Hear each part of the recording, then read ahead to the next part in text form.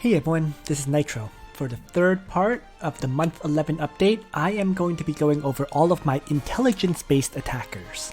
So, there's actually 11 of these characters, so in the interest of saving time, I am going to just skip going over the bond upgrades for the characters, because in truth, I go over this kind of stuff repeatedly in other videos. Like, for example, if you wanted to see my bond upgrades for Chris, you can see it in when I clear the Scylla 65 fight, right?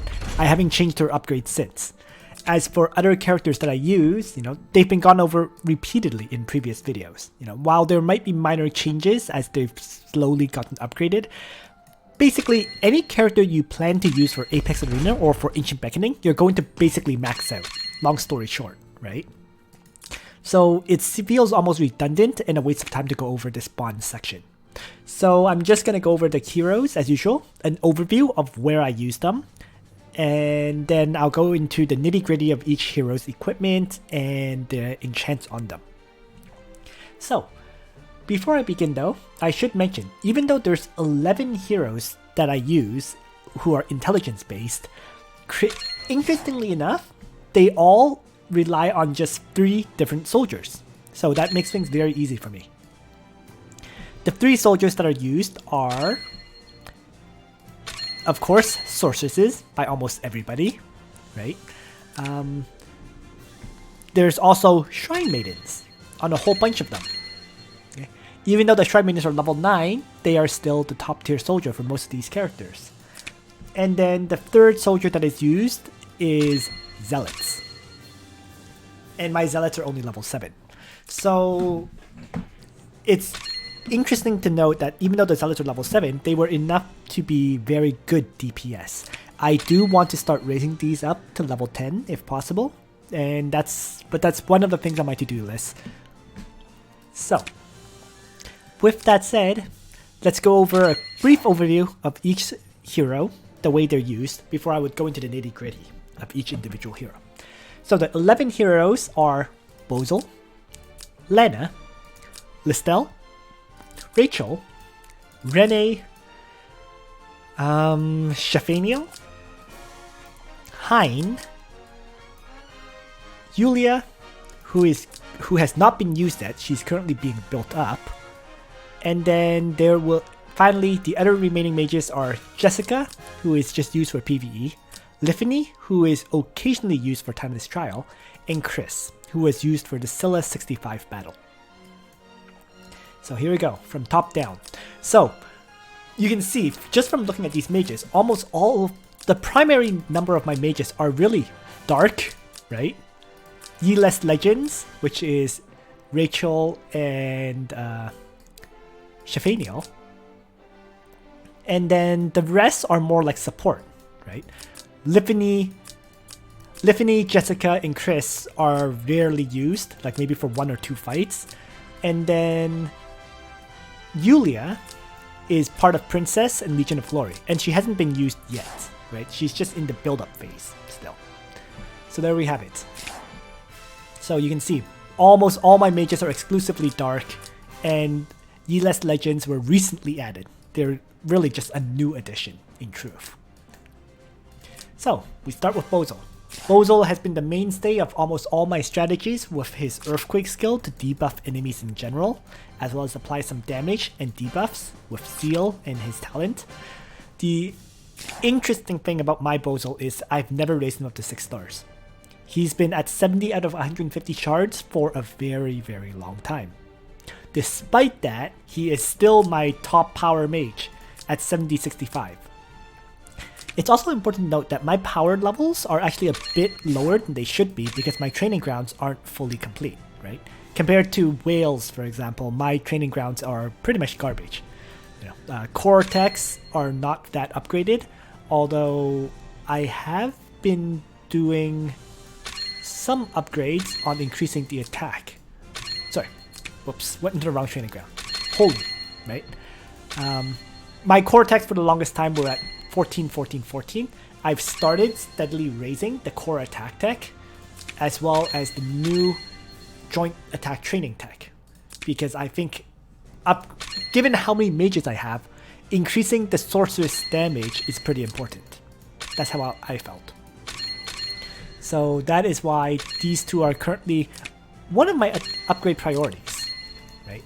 So I'm just focusing on upgrading these, which is what is eating up all of my Epic Religion material books at this time.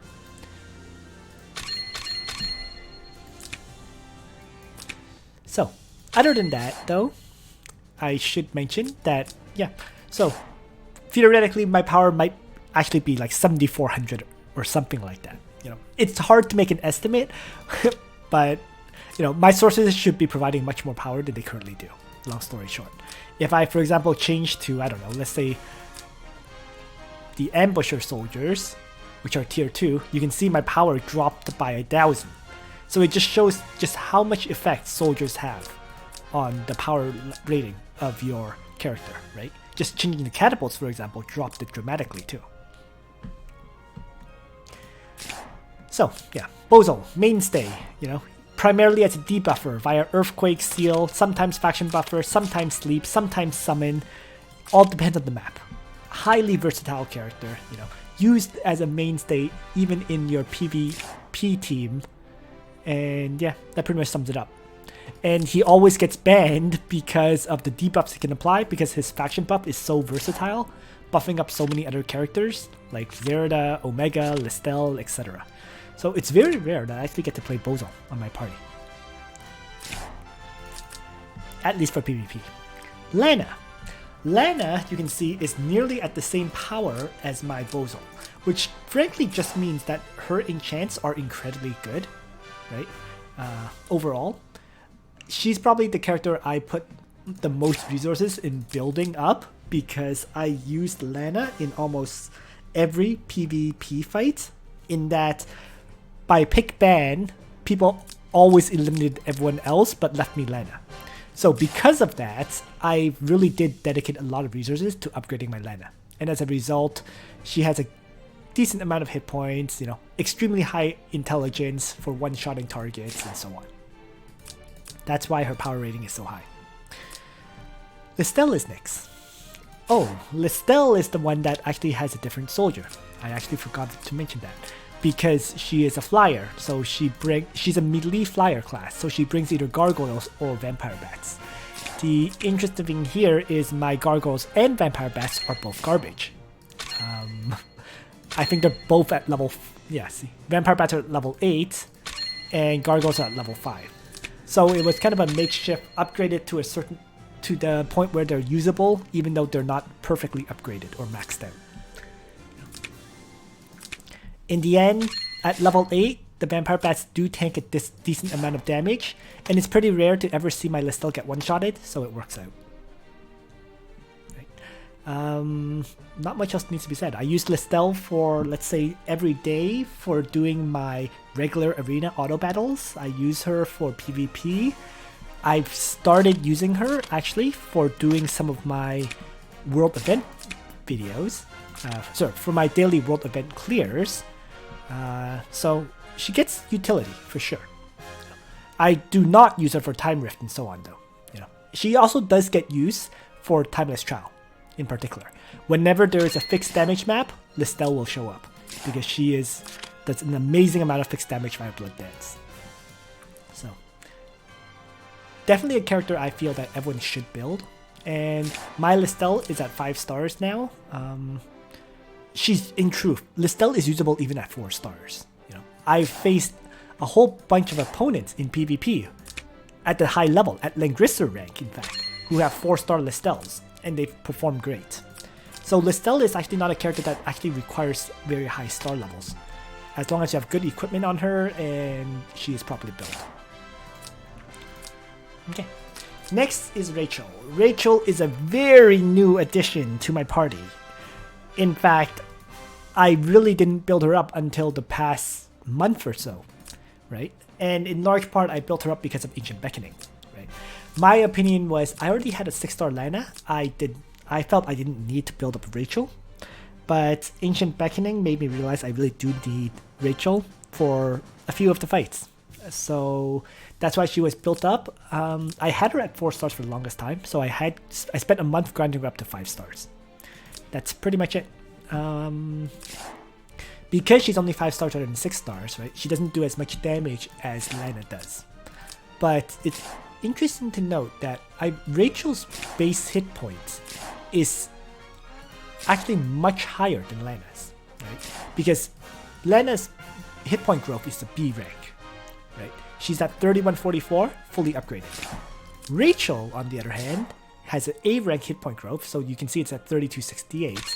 And I actually have only single class mastery on my Rachel. She does not have her Bishop or Oracle or Saint class. And yet, she already has more hit points than Lana. So that's pretty telling, in my opinion. In addition to that, she's just a really very, very hard to kill character overall. So once you get her double class mastery, she can be very, very strong. With the extra stats, with the gospel skill to provide plus 20% attack and defense to a single target, very highly versatile character, as another mage. If you already have a single target mage built up like Lana, you don't need Rachel for PvE until endgame content. That's pretty much it. So that pretty much sums up my Rachel. I have not really used her yet, except for Ancient Beckoning. After Rachel, we move on to Renee. Renee, as you can see, is at 4 stars out of the possible 6. Like Rachel, I actually ended up drawing 2 copies of her. And unlike Rachel though, I built Renee up pretty early. And it was because of PvE content clear. I felt like Renee Annihilation would be incredibly useful for certain battles. And I think I actually built her up originally for Lightless Eulogy, which I actually failed to clear. And at that time, I failed to clear it because my sorceresses they weren't adding enough damage for the assassination strategy. And I didn't want to spend hours without the Clock of Forgiveness clearing the battle, so I just gave up. That was the one challenge I failed to do, as a side note. So I did build Renee at that time for that specific battle, and it didn't work out for me, unfortunately. But despite that, I actually didn't really regret building her up because I have used her several times for PvP in Season 1. And it kind of worked out. I put her into my party with, Calamity Throw and DK, so she was yet another AoE attacker for me. And it performed quite well. Right? The Calamity Throw in particular, with the 7 block range, even though it only hits line, it's quite nasty in that it applies so many debuffs and so on. And it's interesting to note that even though my Renee is only at 4 stars, she has incredibly high base intelligence and a good amount of hit point growth too. So you can see here, 3046 base hit points, 485 base int at 4 stars. If you compare that to Lana, right, hit point wise, pretty comparable to Lana. Intelligence is indeed lower, but that's in large part because my Renee is 4 stars, not 6. And most importantly, for PvE purposes, for PvP purposes, back in Season 1, you were all about AoE attacks, so the int value, this int was more than enough for her AoEs to absolutely hammer the enemy. And that was my Renee. I also used her to clear some world event danger maps with Renee Annihilation, so it just works out. She didn't appear very often for me, but she did. Whenever I did use her, she did great. After Renee is Shafaniel, who is pretty recently built as well. The interesting thing about Shafaniel is I drew multiple copies of her. That's why she is 5 stars. The drawback, of course, is that in order to truly use Shafaniel, she really needs to be 6 stars. Because at 6 stars, the cooldown of skills is reduced by 3, which means she can endlessly toss out the Demolish skill. Right? Unfortunately, I don't know when I can farm 150 shards of Shafaniel. So as a result, she is a work in progress. Other than that though, she also makes a lot of appearances for me in world events because of Heaven's Sanction. Once again, these are not battles I usually show in recordings at all, but she's a huge time saver because Shafaniel with Heaven's Sanction and Lana with Heaven's Sanction can pretty much one-shot everything in world maps, right? Especially if they have Luna brought along for the faction buff. So Luna brings the faction buff, Lana launches the first Heaven's Sanction, Shafaniel follows up with the second one, and all the enemies are dead. So, saves me a lot of time that way. I know a lot of these battles you can also simply auto-battle. I prefer to just manual it. It is what it is. So, that's why Shafaniel is a very commonly used character for me. She just doesn't appear in videos. At least for PvE content. After Shafaniel will be Hein. And Hein actually has his own set of gear now. Ridiculous, but that's how it went. The reason he has his own custom set is because of Ancient Beckoning, of the Sleipnir battle. My original plan for Sleipnir was Ultimuller as my tank. But then I realized that Ultimuller as a tank does not work when you don't have Spirit Boots. So all the resources that I put into Alt ended up being a waste because I've never used them for anything. Nonetheless, despite that, so in full panic mode, because I couldn't use Ultimuller, I rapidly built up Hein as a result.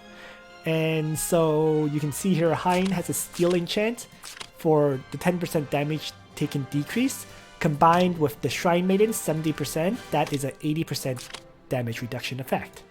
Combined with Olivier, right? Olivier offers another 10% via talent for 90%, and then Roaring Bomb adds yet another 20% damage reduction, so basically Hein can tank any hit if he's the target. Right. Yeah, not too much else to say about him. You know, Steel Enchant on everything, you know, hit point focus with a good amount of intelligence where possible, and then drop near, right? Yeah. So other than that, I guess the only thing to mention about Hein is I should cover his bond specifically, even though you can see it in any Sleipnir battle. But his bond is at 83%. It's basically mostly maxed out except for the heart bond. Right? I did feel like I wanted the heart bond at level 7, but then when I calculated it out, I realized I didn't truly need it. You know, the damage increase is nice to have, but it's not required, not 100% required. So, you know, it works out. He's tanking the hits, he's surviving. You know, I don't think he's the first character for my party to die in the Sleipnir battle. And I also used Hein for clearing the Scylla 65 battle. So, multiple uses. And finally, of course, teleport, right?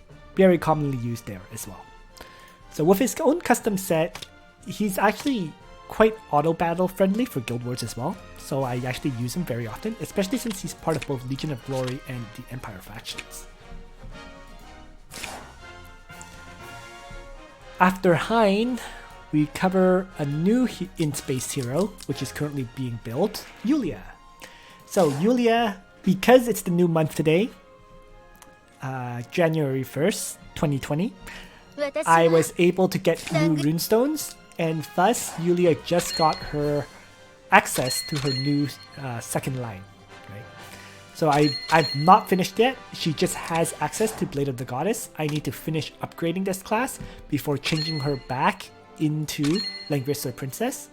But yeah, I mean, she is very near completion and almost ready to use. For full use, she really does need to be at 6 stars so that she has 100% to heal. 100% chance to heal. But, I mean, I will be grinding her up steadily, but she's pretty much close to use. So, in terms of gear, well, she currently can't equip 2 of her pieces of gear because she is currently in her infantry class, right? Gift of Eternal Life can be equipped by infantry. Meditation Ring can be equipped by infantry, but her other 2 pieces of gear are holy class specific, so they're sitting in the inventory at this time. I think one of them is this, Odin's Battle Helm, and the other one should be the Goddess Dress. Yeah. Breeze Enchant. Yep. So, that's Yulia in a nutshell. After Yulia will be the 3 characters that I don't really need to go over gear of, which is Jessica, Lifan, and Chris. Right. Jessica, not much needs to be said. She's primarily brought for teleport. I also use her, yeah, that's pretty much it. PvE content, she's brought for teleport. Next, Lifan. Lifan is brought for several timeless trial maps, and that's really her primary purpose. Beyond that, she has almost no role. For those maps specifically, I just give her gear from someone else, like Lana, set of gear. So other than that, she sees no real use, at least in my party. Because she sees no real use, of course, class mastery is only single, from Archmage to Wizard. No runestones wasted. And last but not least is Chris. Chris, I used for clearing Scylla 65 for the first time. She only has single class mastery as well, right? Saintress and Valkyrie. And yet that was enough. She was brought because early on I did have the Gift of Eternal Life, right? So she was able to attack and heal. So she worked as a secondary healer along with Lyanna while doing some damage with her attacks. And it worked out great for Scylla 65. Bonds wise, I had briefly covered it already, and it's also in the Scylla 65 battle, so I'll skip that. But since then, she has seen no use. I also mentioned that if you do double class mastery her, she can appear for the Hugin and Munin fight. And when she makes an appearance in the Hugin and Munin fight, you can get that feat of using, I think, what, 5 or 6 Legion of Glory characters? Yeah. I don't think it's worth the 2 runestones just to get that feat. So, we'll see. For now, we'll leave her as is. Basically, she saw utility for ancient... For me, she just saw utility for the ancient, for the Eternal Temple, and that was it. Since then, I haven't used her. So that is the 11 mages, the 11 int-based attackers I used in a nutshell. And at this time, I guess I'll start going over equipment. Oh boy. So here we go. Equipment and class enchants. Bozel. Bozel's class enchants focused on skill and hit points and magic defense, right? So yeah, just rolling magic defense on everything where possible. So hit points 450, magic defense 46, skill 37, right? Skill will always be used on any character I use for PvP because of Omega. So that sums it up. Equipment wise, it was basically, I focused on magic defense with a secondary focus on hit points. So Miracle Staff with 5% magic defense and 3% hit points. Main reason is because I used him primarily for AoE attacks. So the Miracle Staff's 15% AoE increase is nice. And then there's also the 30% chance to apply additional random debuff. And that can really, really help. Clock's Enchant, of course. Speed Boots, right? I mentioned before I could reroll this, still haven't. You know, don't need to. He does enough damage in general. Dark Crown, hit points and magic defense, 14% magic defense, 6% hit points. I would love to replace this Dark Crown with a Soul Stealer headdress. But I would need to roll 15% magic defense on that Soul Stealer headdress, preferably with a hit point increase. Right now, you can see it. There's a 9% hit point and 10% magic defense, so not quite what I'm aiming for yet. Galaxy Cloak, same kind of thing, right? 13% magic defense, 7% hit points. Unless I manage to roll something that had 15% magic defense, I won't replace this. And I don't think it's really worth building a Baldur's White robe, you know, and re-rolling this one. So, for now, I mean, Bozel will be left as is. Resource commitment wise, I don't really want to put any more into Bozel. That's pretty much it. Right. If you could quickly take a look, I'm kind of broke right now in terms of gold, so I just don't have the resources to commit into further enhancing Bozel as much as I wish. Next, So in total, it led to a Bozel with 335 magic defense and 270 extra magic defense. And he was fully runed up. Lana is also fully runed up, right? I mentioned how she was the one I put the most resources into, and it's actually not because of this set of gear. This is her secondary set of gear with the Clock's Enchant on it, which is actually not a great set. Her primary set of gear is now sitting on, I think, Rachel in Truth, and it's a Breeze Enchant set, right? There's the 15% int here, there's a Tenuous Robe with 10% int and 7 int, there's an Odin's Battle Helm with 9% hit points and 3 int, and then a Holy Ring with 9% int. Yeah. Breeze Enchant, so everything provided int and hit points increase. And now you can see Lana has swapped gear sets to bring her Black Bride with Blue Moon, and this set has, I think, more of an int focus, or sorry, more of a hit point focus than the previous one. Less int oriented, more hit point focused.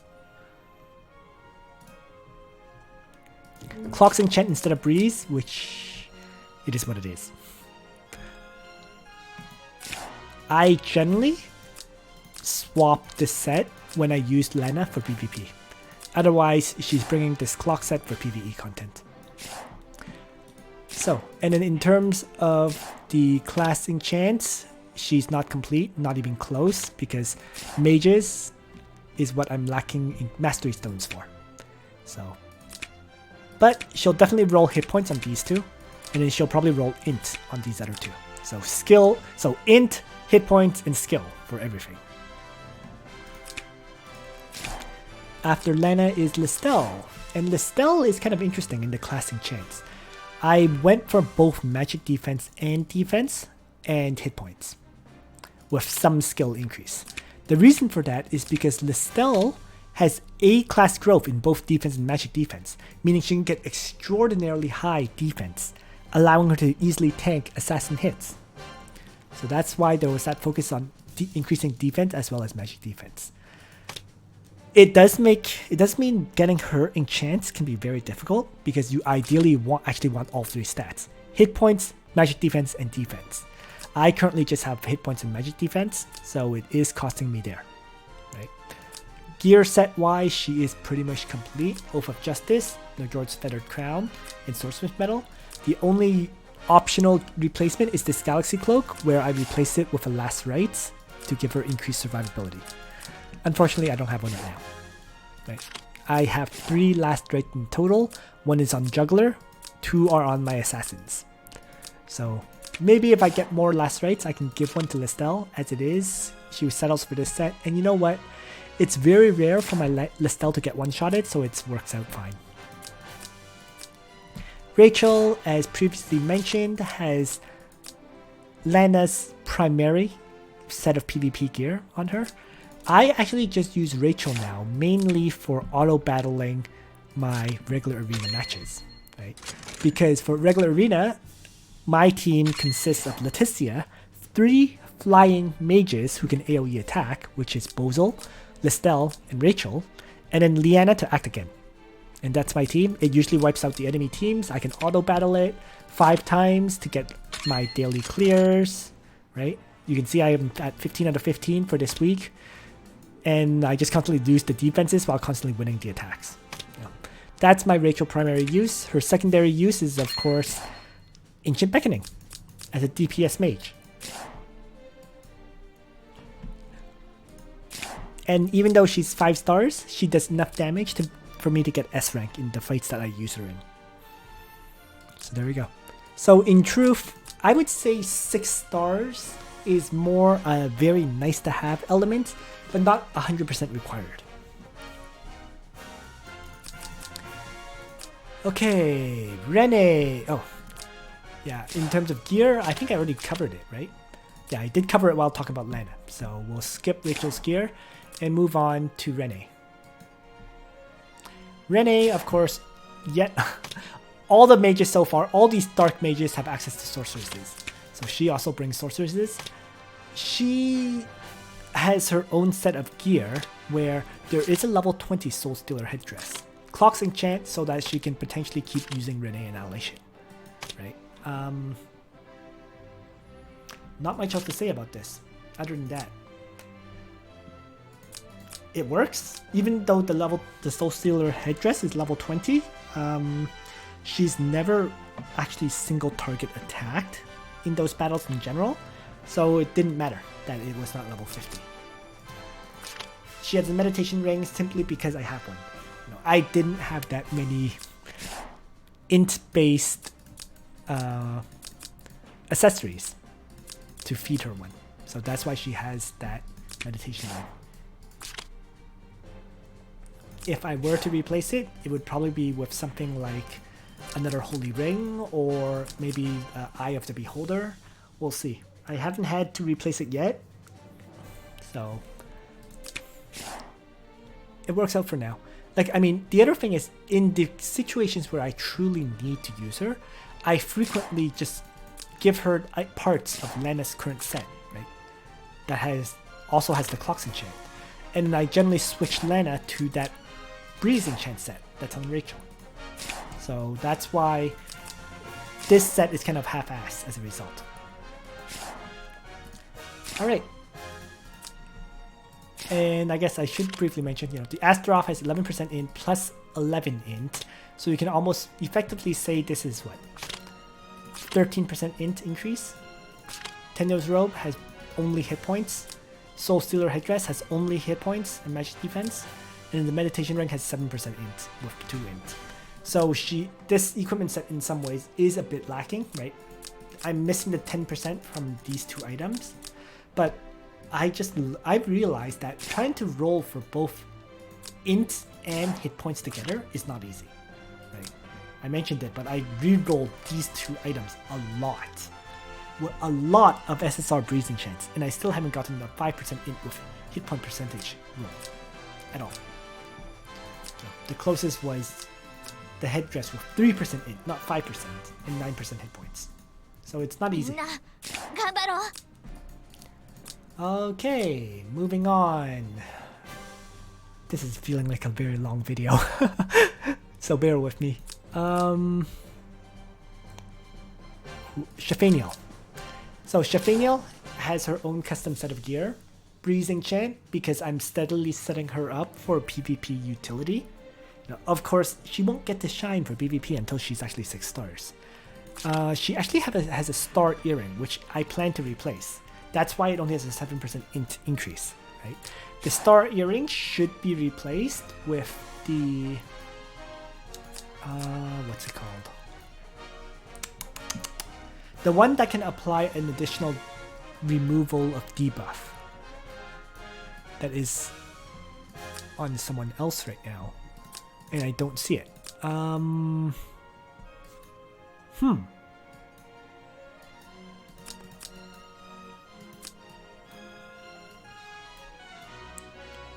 Wow. I literally can't find it. It's not, oh, here it is. Vidar's Rose. Vidar's Rose. When dealing damage on your turn, 40% chance to dispel one buff on the enemy. It goes up to 50% at level 50. You can see it currently has a magic enchant, and that's because if I use Shafaniel, I likely will switch her to a magic enchant set. So I'm going to have to reroll this enchant in particular, the Caconesis Crown, to magic. And then she'll have that other item, and then I'll have to build her 2 other pieces of equipment. So, work in progress. In the meantime, as I mentioned before, she's used for clearing PvE world events.